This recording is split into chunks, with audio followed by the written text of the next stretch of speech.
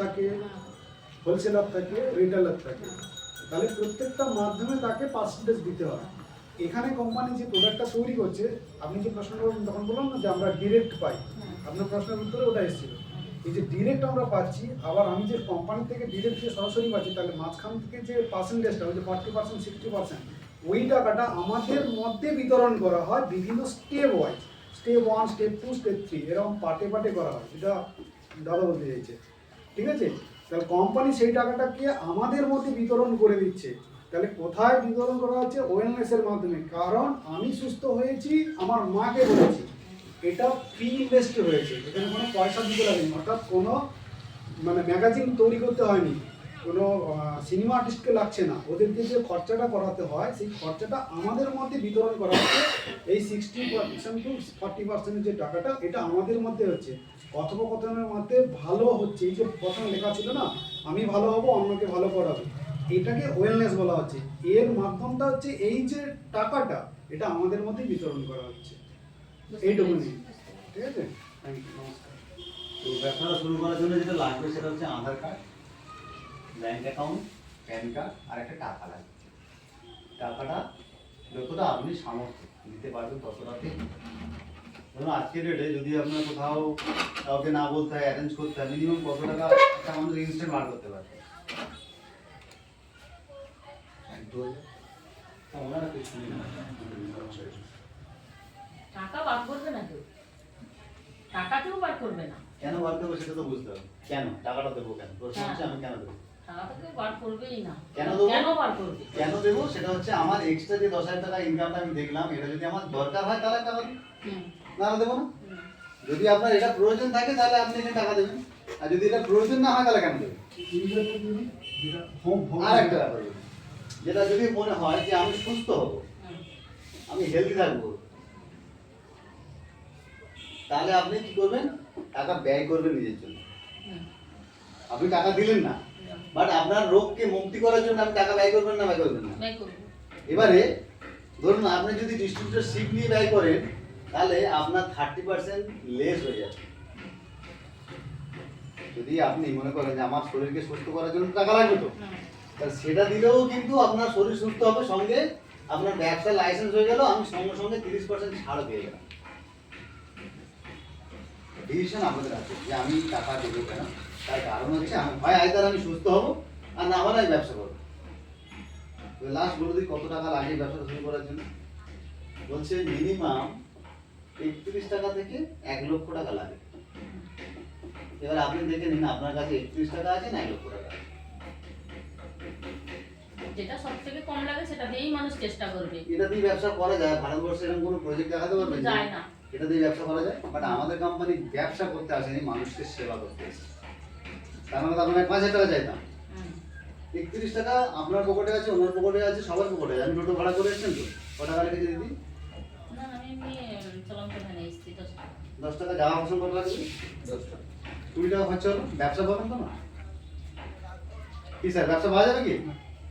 আমরা প্রতিদিন যাওয়া আসার পথে 200-500 টাকা বাজারে গেলে 500 টাকা বাজার করে আসি। ওই দোকানদার ব্যবসা দেয় যে কাল থেকে আমি তোমাকে কাস্টমার পাঠাবো, তুমি আমাকে কিন্তু 10 টাকা লাভ দেবে, তাই কি? বাট আমার কোম্পানি কিন্তু ব্যবসা করতে আসেনি, কি মানুষকে ভালো করতে এসেছি। আমরা কি বলছি যে মিনিমাম 31 টাকা দিয়ে এই ব্যবসাটা শুরু করা যায়। এবার যদি আমি খুব বুদ্ধিমান হই তাহলে এই টাকাটা দেবো না, আমি ব্যবসা করবো না, আমি ইউজার হয়ে প্রোডাক্ট খাবো, 30% লাভ দেবো আমার অনুভবকে। আগে আগে ইউজ করব একদম আপনার উইশ। এবার আপনি যদি মনে করেন যে আমি ইউজ করবো, অলওয়েজ ওয়েলকাম। আপনার প্রবলেম নেই, যদি আপনি মনে করেন ডিসকাস করবেন, তাহলে এক একটা পার্ট, এক একটা পোর্শন নিয়ে করতে পারেন, তাহলে সেটা করুন। আপনার ইমপ্রুভমেন্ট হলে আপনি নেক্সট স্টেপে আগাবেন। তবে এটা গ্যারান্টি দিচ্ছি যে আপনি আপনার প্রবলেমকে 100% সলভ করতে পারবেন এখান থেকে।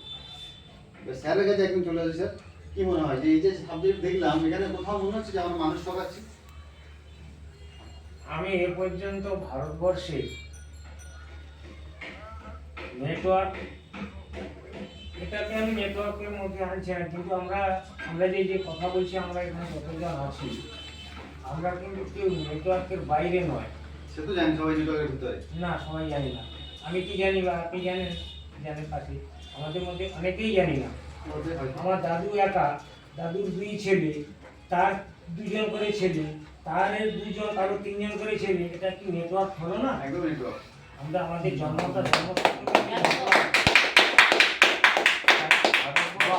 এমন কোনো কোম্পানি নেই আমার মনে হয় আপাতত, আমি কারোর সঙ্গে যুক্ত নই, কিন্তু সঠিক পদ্ধতি আমরা বলি এক, করি কিন্তু তার উল্টো। আমরা বলি মানুষকে সেবা দেবো, ঠিক মানুষের কাছাকাছি পৌঁছে দিয়ে আমরা মানুষের পেছন দিক দিয়ে কীভাবে দিতে হবে ছুরিটা বাঙালি ভালো করেই জানে। একদম এই একদম ঐতিহাসিক বইয়ে সেই যে কোনো বই বাবা নাটক থেকে কোনো কিছু শুরু লাগবে করে না, একদম মির্জাফর বাস্তবে। আর আওরঙ্গজেব পর্যন্ত এই পেছন থেকে দেওয়া। আর এদেশের বাঙালি কিন্তু- বিবেকানন্দ নেতাজি সুভাষচন্দ্র জন্য যেটা বলবেন না। কিন্তু এরা জন্ম হয়েছে রবীন্দ্রনাথকে ঠিকই। কেউ মানে না, কি? বর্তমান রবীন্দ্রনাথকে কেউ মানে না, আপনি আমি মানি না, নেতাজিকে মানার লোক কেউ বহু আছে। পছন্দ করে না। যদি পৃথিবীতে সবাই খারাপ হতো স্যার, চোখে দেখবে। আপনার মতো ভালো মানুষ আছে বলেও কিন্তু এখন গঙ্গাসাগর পবিত্র আছে। অবশ্যই আমি যে আপনার মতো ভালো মানুষ আছে বলে এখন গঙ্গাসাগর পবিত্র আছে। কোম্পানি তাহলে ভালো মানুষ কোম্পানি, আছে। একটু প্রত্যেক আমি আপনাকে আটকালাম এই জায়গাটা একটু প্রতিবাদী ভাষা ভালো মানুষ বলছেন। যেমন যে কোনো মানুষ, স্বামী বিবেকানন্দ হতে পারে, রবীন্দ্রনাথ হতে পারে, বিদ্যাসাগর হতে পারে। ভালো মানুষ যেমন শুনুন, আমি তাদের একটা কথা- পেছনে এমন কিছু খারাপ আছে যার জন্য তারা সেটা ত্যাগ করতে পেরেছে বলে আমি ভালো আপনাকে হয়েছে। একটা কথা বলছি, 1% খারাপ আর 99% ভালো। ভালোরা কোনোদিন ঢাকঢোল বাজায় না, না নিঃশব্দে থাকে বলে হ্যাঁ। এদের ভালোটা বোঝা যায় না। হ্যাঁ আর 1% খারাপ লোকের ঢাকঢোল পিটায় বলে এদের খারাপটা বেশি চোখে পড়ে। হ্যাঁ আর কিচ্ছু একদম নয়। একদম যদি 99% যেদিন লোক খারাপ হয়ে যাবে সেদিন কিন্তু আমরা কেউ বাইরে বেরোতে পারবো না। না। তাহলে আজকের গঙ্গাসাগরের বুকে 99% লোক ভালো আছে, 1% লোক খারাপ আছে বলে, তাও 1% লোক খারাপ নয়, 0.10001% লোক খারাপ বলে আমাদের এখনো মনে হচ্ছে কিছু খারাপ লোক আছে। কিন্তু ওই যে একটা কথা, ওই যে খারাপ লোকের বাজনাটা বেশি, মানে খালি কবে কামড়ে ছিল আঙুল কাটা পোকা, এখনো নাম আছে। তো ওই বলে না কোম্পানি সব ভরা বলেছি আওয়াজ করে না নাকি? খালি বলছি আমার হচ্ছে আওয়াজ আমরা করে। কাকে ভয় পাই? আমরা কাকে ভয় পাই? এখন যদি একটা বাঘ আসে, এই দরজা বন্ধ কর, দরজা বন্ধ কর। কিন্তু আমরা সাহসী আছি। আমরা কাকে ভয় পাচ্ছি বলুন তো? আমরা কাকে ভয় পাচ্ছি? না, আমরা ভয় পাই অন্ধকারকে। তো অন্ধকার আলো যেখানে অন্ধকারকেই আমরা যেখানে ভয় পাই। মাছ বেশি সেখানে সাপ থাকবে। দিনের কোম্পানি বেলা সব ভালো, দিনের বেলা যত বড় বিপদ চাইবে হোক, না নিজে এত বড় এত কিছু কিন্তু target কেউ করে এতটা নিজের দুর্বল বদনাম হবে না। করবে। তো আমি একদম খোলাখুলি বলছি, 31 টাকা দিয়ে কোনো ব্যবসা হয় না। না হয় না যে তো। কোনো ব্যবসা হবে না। 31 টাকা দিয়ে কোনো ব্যবসা হয় না। আর এই কোম্পানির মানসিকতা ব্যবসা করার জন্য নয়, এই কোম্পানির মানসিকতা নিয়ে এসে মানুষের পাশে থাকার জন্য। যেটা হচ্ছে সেল, অর্থাৎ আমি ঠিক আছে, ওনার আমি কারোর ভালো করতে চাইছি না, ঠিক আছে, আমি আমারটা ভালো করি, হুম, আমি আমাকে সুস্থ করি, হ্যাঁ, আমারও আমি সেটাই। আমার সুস্থ হওয়ার পরে কি করব, আমি সিদ্ধান্ত নেব আমি সিদ্ধান্ত নেবো ভালো করবো কি যে আমি করবো। ভালো করব কি কাজটা ভালো আমার কি দরকার না, নেই, আমি charity করতে তখন আমি সিদ্ধান্ত নেব। পারলাম না, বাট আমি প্রথমে বুঝে দেখি যে আমার কি কাজে লাগছে। আমার যদি কাজে লাগে দিন আমি নেক্সটে পাবো। হুম। তো আমার আজ কিছু বলার নেই, এবার আপনারা নিজেরা নিজেদের সিদ্ধান্ত নেবেন। তো thank you so much, over to Bikash sir. ঠিক আছে, মিটিং শেষ করুন। শুভ সন্ধ্যা, অর্থাৎ আমরা সন্ধ্যার একদম পূর্ণ লগ্নে পৌঁছে গেছি। তো ডক্টর নেচারের পক্ষ থেকে আমাদের স্যার আমাদেরকে যতটুকু বোঝালেন, বিওপি প্রোগ্রামের এটা জাস্ট প্রথম ধাপ, শুরুটা। এখন পর্যন্ত এটা পর্যালোচনা যদি করতে হয় তাহলে স্টেপ 1, স্টেপ 2, স্টেপ 3 যে আছে আমাদের, অর্থাৎ 4 লেগস পর্যন্ত, ততদূর পর্যন্ত আমরা এগোইনি। একটা বেসিক ধারণা আমরা এখানে করলাম, এবং প্রতিনিয়ত আমরা যেটা সবসময় যেন একদম বলি থাম তুলে, যে এখান থেকে আমরা হচ্ছে ওয়েলনেস করি, এবং আমরা যেটা সব থেকে বেশি করে করি যে আমরা নিজে ভালো হব এবং অন্যকে ভালো রাখবো, এই মানসিকতা আমাদের এখানে তৈরি হয় প্রতিনিয়ত। তার জলজান্ত উদাহরণ আমার সামনে আমার মা আছে, অর্থাৎ উনি আমার কিন্তু শাশুড়ি মা, কিন্তু আমি মা, অর্থাৎ মা শব্দটা যদি আমি বিশ্লেষণ করি তার একটা উদাহরণ দিয়ে বলবো। একটা কোনো চায়ের দোকানে, জাস্ট আমি একটু ছোট্ট গল্প যোগ করে দিচ্ছি শেষ মুহূর্তে। সেখানে বলা হচ্ছে যে বড় কালীমা, দক্ষিণেশ্বরের কালীমা, সবার আগে একটা শব্দ আছে, সেটা হচ্ছে কি মা। এই মা শব্দটার পরে যা যোগ করা হচ্ছে সেটা স্থান বোঝাচ্ছে, কিন্তু হচ্ছে মা। অর্থাৎ আমারও জন্ম হয়েছে একটা ডিম থেকে, সেটাও আমার মায়ের গর্ভ থেকে। সেরকমভাবে সে শাশুড়ি মা হতে পারে আর আমার জন্মদাতা মা হতে পারে। মা, এই মা শব্দটা যদি কেউ প্রতিপালন করে এর অনেক গুরুত্ব, ঠিক আছে? ঠিক সেরকমভাবে আমরা আজকের নিজেরা নিজেদের মধ্যে যদি চিন্তাধারাটাকে পরিবর্তন ঘটাই, অর্থাৎ সব পরিভাষায় যদি বলা যায় যে কোম্পানির যাই স্ট্রাকচার রাখুক না কেন তার পেছনে কোথাও না কোথাও একটা গুলি আছে, এই চিন্তাধারা থেকে একটু বেরোতে হবে। যেমন আমি ব্যক্তিগতভাবে যদি দেখি, আমি দেখেছি এখান থেকে আমি নিজে সুস্থ হয়েছি, অন্যকে সুস্থ করেছি, সুস্থ করব সেই মানসিকতা রেখে আমি আবার প্র্যাকটিসও শুরু করে দিয়েছি।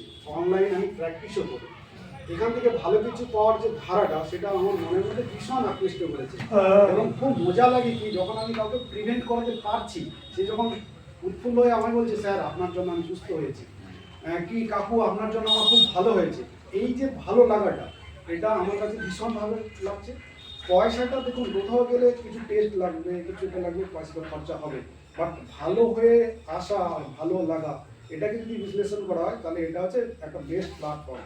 সেখানে হচ্ছে কি, আমরা হচ্ছে ন্যাচারাল, অর্থাৎ আমরা যদি অ্যালোপ্যাথি, হোমিওপ্যাথি, বিভিন্ন রকম যে ট্রিটমেন্ট আছে তার যে জাল, সেটাকে যদি বিশ্লেষণ করা যায় অনেক বড়, কিন্তু সেই জায়গা থেকে নেচারাল, আমরা নেচার অর্থাৎ আমাদের প্রকৃতির সঙ্গে যদি মিশে কাজ করি, তাহলে প্রকৃতি আমাদেরকে শিখিয়ে দেয় এখান থেকে অনেক কিছু, যেটা আমি শিখেছি। দেখুন, আমি ছোট্টভাবে একটা উদাহরণ দিচ্ছি। তো প্রকৃতি আমাদেরকে কে শেখায়, যে মা আমাদেরকে যে জন্ম দিয়েছে, দেখবেন বাবা আর মায়ের মধ্যে তফাৎ। বাবা সারাক্ষণ কাজের মধ্যে ব্যস্ত থাকে ফ্যামিলি মেনটেন্সের জন্য, আর আমরা সবাই মানুষ হই মায়ের কাছে। ঠিক সেরকমভাবে এমনি এই কোম্পানিকে মা বলেছিলাম। দেখুন, ভেবে দেখুন, যতগুলো কোম্পানির নাম নেওয়া হয়েছে তারা প্রত্যেকেই কিন্তু আমাদের ম্যানুফ্যাকচার থেকে নিয়ে তারা মার্কেটিং করছে। তাহলে মা হচ্ছে তো আমার, সেই মায়ের সঙ্গে আমরা কাজ করছি। এইটুকুনি বলে আজকে শুভ সন্ধ্যা। ডক্টর নেচার এখানে আমি সমস্ত কিছু করলাম। শঙ্করদা আছে, আমাদের দীপনারায়ণদা আছে, গোপালদা আছে, দীপ নয় রুদ্রনারায়ণ, আমার মা আছে, দিদিভাই হোক, আমাদের স্যার আছে প্রদীপবাবু, স্বপনবাবু, আমাদের অরুণ স্যার, সবাইকে সবার অনুভব মাসিমার কাছ থেকে আমরা কিছু শুনবো। অনুভব হ্যাঁ হ্যাঁ হ্যাঁ। তো ঠিক আছে, অনুবাবু রিকোয়েস্ট করছি, মা একটুখানি তোমার নিজের একটু অভিজ্ঞতা করা নমস্কার, আমার নাম প্রধান গানী। আমি দীর্ঘ 4 বছর ধরেছি অ্যালোপ্যাথি, আয়ুর্বেদিক, হোমিওপ্যাথি অনেক কিছু করেছি হাঁটুর জন্য, কোনোটাই আমি সলভ হতে পারিনি। তারপরে এই ডক্টর নেচারালে আমার যুক্ত হয়ে আমাকে নিল, নেওয়ার পরে এই ওষুধপত্র খেয়ে আমি যে এতটাই ভালো আছি, আমি হাঁটু মরে কোনোদিন বসতে পারতাম না। দাঁড়িয়ে দাঁড়িয়ে আমাদের কোমর আছে, তাও আমাকে দাঁড়িয়ে করতে হতো, কিন্তু এই নেচারের ওষুধ খেয়ে আমি আজকের 1 বছর একদম ঠিক। আমি বাবু হয়ে বসেও খাই, হাঁটা চলাও করি, আমি 1 মাইল 2 মাইল রাস্তা হেঁটেও বেড়াই। এবার আমার দেখা দেখি আমারই গ্রামে অনেকে আজকের 1 বছর 6 মাস হয়ে গেছে, আমরা 1 বছরের বেশি হয়ে গেছে। আমি এই প্রোডাক্টের অনেকে উপকার পেয়েছি। মাজন থেকে, সাবান থেকে, এই মেয়েদের হোয়াইট ডিসচার্জ, তারপর গ্যাস, অ্যাসিড, আমার কাছে এত ঔষধ যায় পেটি পেটি, মানে প্রত্যেক মাসে মনে হয় 2 বার ঔষধ যায়, 4000-এর তো কাছাকাছি। 15 দিনের মধ্যে আমার সেল হয়ে সবাইকে এই অ্যাসিড, গ্যাস, কাশি, বাচ্চাদের কাশি সিরাপ, মানে এতটাই উপকৃত হয়েছে, মানে ডাক্তারের কাছেও নিয়ে যায় না, আমার কাছেই সমস্ত ওষুধ কিনে খায়।